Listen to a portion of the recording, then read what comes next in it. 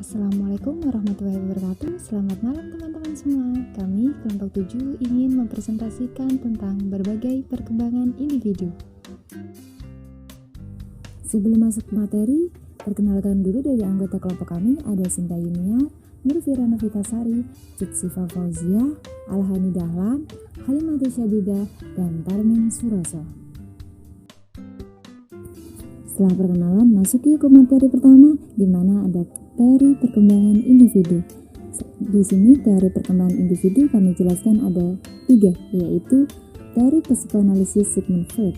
Menurut Freud, psikoanalisis ialah sebuah metode perawatan medis bagi orang-orang yang menderita gangguan saraf. Psikoanalisis merupakan suatu jenis terapi yang bertujuan untuk mengobati seseorang yang mengalami penyimpangan mental dan saraf. Dan yang kedua, ada teori kognitif Jean Piaget. Dalam pandangan beliau, terdapat 2 proses yang mendasari perkembangan dunia individu, yaitu pengorganisasian dan penyesuaian. Dan terakhir nih, ada Erik H. Erikson, di mana dalam pandangannya mempelajari mengenai perilaku manusia dan merupakan suatu pemikiran yang sangat maju guna memahami persoalan atau masalah psikologi yang dihadapi oleh manusia pada zaman modern. Next, pembahasan selanjutnya ada perkembangan individu, di mana individu di dalam kehidupan akan mengalami perkembangan dari mulai bayi hingga dewasa. Di setiap tahap perkembangan tersebut, ada tugas perkembangan khusus yang harus didapat setiap individu.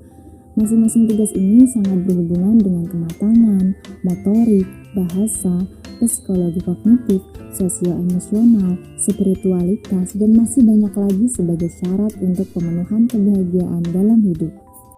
Nah, selanjutnya setelah penjelasan tersebut dapat disimpulkan bahwasanya perkembangan individu merupakan perubahan yang sistematis, progresif, dan berkesinambungan dalam diri individu sejak lahir hingga akhir hayatnya, atau dapat diartikan pula sebagai perubahan-perubahan yang dialami individu menuju tingkat kedewasaan atau kematangannya.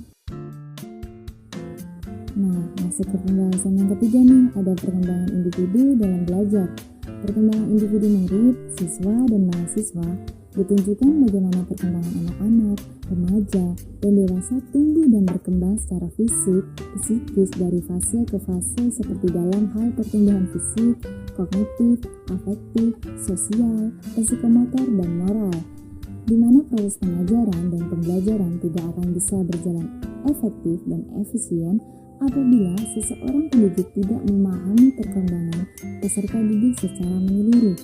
Untuk itu, pendidik memerlukan pengetahuan tentang perkembangan individu peserta didiknya. Selanjutnya masuk ke pembahasan di mana fase-fase perkembangan individu. Menurut Havinghurst yang dikutip oleh Made Bidarta, fase-fase perkembangan pada manusia sejak dari masa kanak-kanak sampai masa tua ada 6 fase nih, yaitu ada 1. Fase perkembangan masa kanak-kanak, kedua ada fase perkembangan masa anak, dan ketiga ada fase perkembangan masa remaja, dan keempat ada fase perkembangan masa dewasa awal, dan yang kelima ada fase perkembangan masa setengah baya, dan yang terakhir nih ada fase perkembangan masa tua. Next pembahasan ada perkembangan individu secara didaktis. Samsu Yusuf mengemukakan beberapa tahapan perkembangan individu dengan menggunakan pendekatan didaktis sebagai berikut. Yang pertama, ada masa usia prasekolah, di mana masa ini terbagi menjadi 2 bagian, yaitu masa vital dan masa estetik. Dan yang kedua, ada masa usia jenjang pendidikan dasar. Di jenjang ini disebut juga masa intelektual atau masa keserasian bersekolah pada umur 6-7 tahun pada anak dianggap sudah matang untuk memasuki sekolah. Yang ketiga, ada masa usia jenjang pendidikan menengah. Di masa ini bertepatan dengan masa remaja, yang dimana terbagi menjadi 3 bagian, antara lain remaja awal, masa remaja, dan masa remaja akhir. Keempat, ada masa usia jenjang pendidikan tinggi. Di jenjang pendidikan tinggi, di mana kisaran usia 18 sampai dengan 25 tahun, yang mana masa ini merupakan pemantapan pendirian hidup. Pembahasan selanjutnya ada aspek perkembangan individu. Yang pertama ada perkembangan fisik psikomotorik. Perkembangan fisik individu meliputi 4 aspek nih, yaitu ada sistem saraf, otot-otot, kelenjar endokrin, struktur fisik atau tubuh. Dan perkembangan psikomotor adalah perkembangan mengontrol gerakan-gerakan tubuh melalui kegiatan yang terkoordinasi antara saraf pusat dan otot. Dan yang kedua, ada perkembangan kognitif bahasa. Perkembangan kognitif merupakan perkembangan fungsi intelektual atau proses perkembangan kemampuan kecerdasan otak, di mana perkembangan individu terlihat pada perkembangan bahasanya, yakni kemampuan untuk membentuk pengertian, menyusun pendapat, dan juga menarik kesimpulan.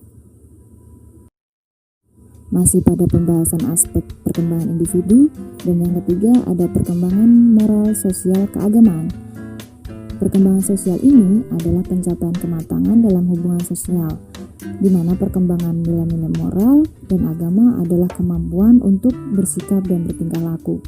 Dan yang terakhir ada perkembangan emosi kepribadian. Perkembangan pada aspek ini meliputi kemampuan anak untuk mencintai, merasa nyaman, berani, gembira, takut, dan marah, serta bentuk-bentuk emosi lainnya. Pada aspek ini, anak sangat dipengaruhi oleh interaksi dengan orang tua dan orang-orang yang di sekitarnya. Dan yang pembahasan terakhir tentang prinsip perkembangan individu. Yang pertama, ada perkembangan merupakan proses yang tidak pernah berhenti. Dan kedua, ada semua aspek perkembangan saling berhubungan.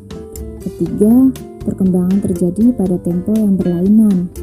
Keempat, ada setiap fase perkembangan mempunyai ciri khas.